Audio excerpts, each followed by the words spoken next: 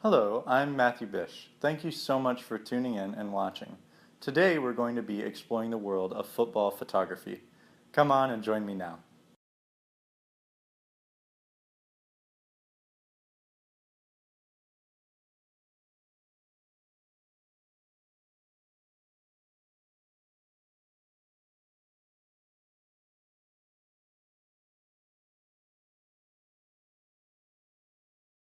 Section 1 in football photography is the camera.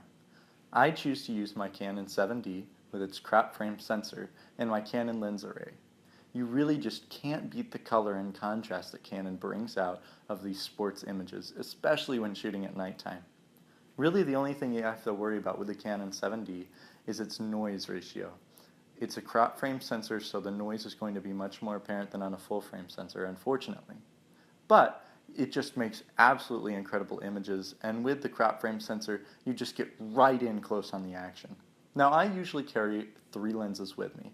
My first lens is my 300 fixed f4 L series lens. This lens is absolutely incredible. It makes beautiful images with excellent contrast, almost no distortion or vignetting, and it just makes absolutely great color. It's a very fast lens, and so that means that you can shoot at night, and the autofocus motor is very fast, and the built-in image stabilization keeps your shots rock steady. The other lens that I choose to use is the 24-70 f2.8 fixed. It's just truly a remarkable lens, and for the crowd shots, you just can't beat it. It's absolutely incredible. The other lens that I love to use is my 70-200 f4 fixed.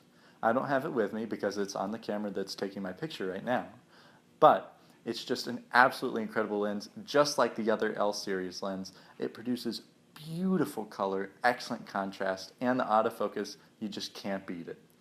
All of these lenses can be used for crowd shots, but the two that I would most recommend for them is 70-200 and the 24-70. They just make absolutely great color, and the focal length is appropriate. The 300mm on the crop frame sensor really is just too tight for crowd shots unless you're getting a single or a dual shot, maybe 2 people holding up a sign or just other things like that. Reserve the 300 for the sports shots. That's really where it's going to shine. And use the other 2 for your crowd shots. Part 2. Covering the crowd. Now, a lot of photographers in sports will just focus on the sports and the action. But that's really not where you want to be. The fans are just as exciting as the athletes. So always keep an eye on that student section, or in some cases the entire fan section, both home and away. Sometimes it makes for just absolutely incredible pictures that really draw you into the game. Now, that being said, you want to dedicate a little bit over half of your game to covering the athletes, because the crowd shots are easy. All you have to do is wait for a big touchdown, keep your second camera on, or just keep your lens ready, switch it, and take the picture. The reason why you want to allocate a lot more time for the actual action of the sport is because a lot of times you're just going to miss it. Unfortunately, sports photography is a lot about luck.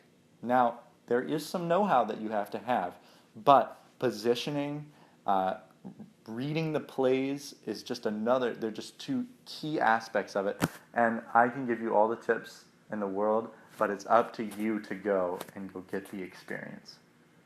Now we're on to part 3, positioning. Now, like I said before, this really is the toughest part. Okay, you want to position yourself in a certain area in the field to get maximum shots. Generally, what this is, for offense, I like to be on the offensive side of the line of scrimmage. This means that I can get the silhouetted shot of the quarterback getting ready to throw.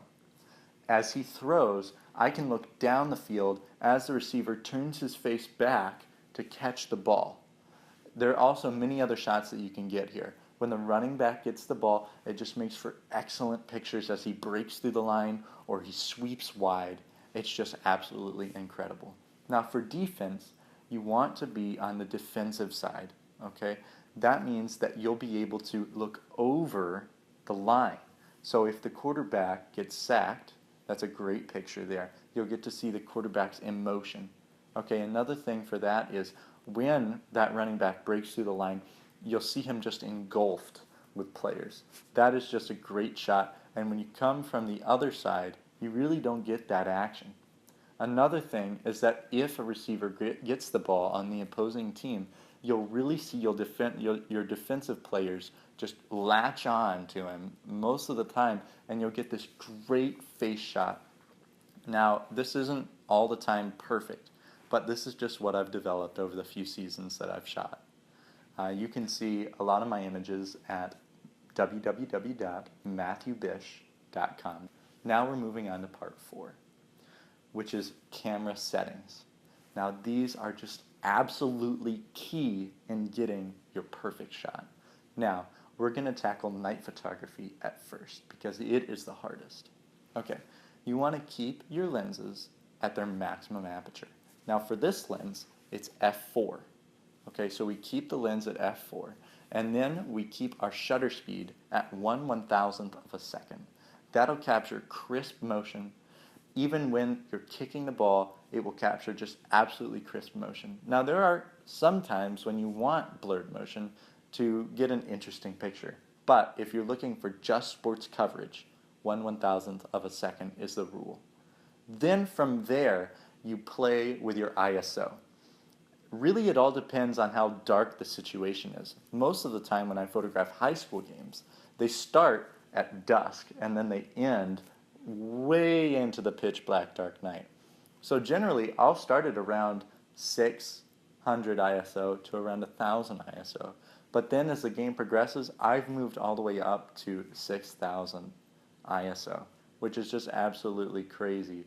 But with a good post-processing software, you can save the image, you can save it from the noise, and it will just look absolutely excellent as long as you keep that motion crisp with the 1/1000th of a second.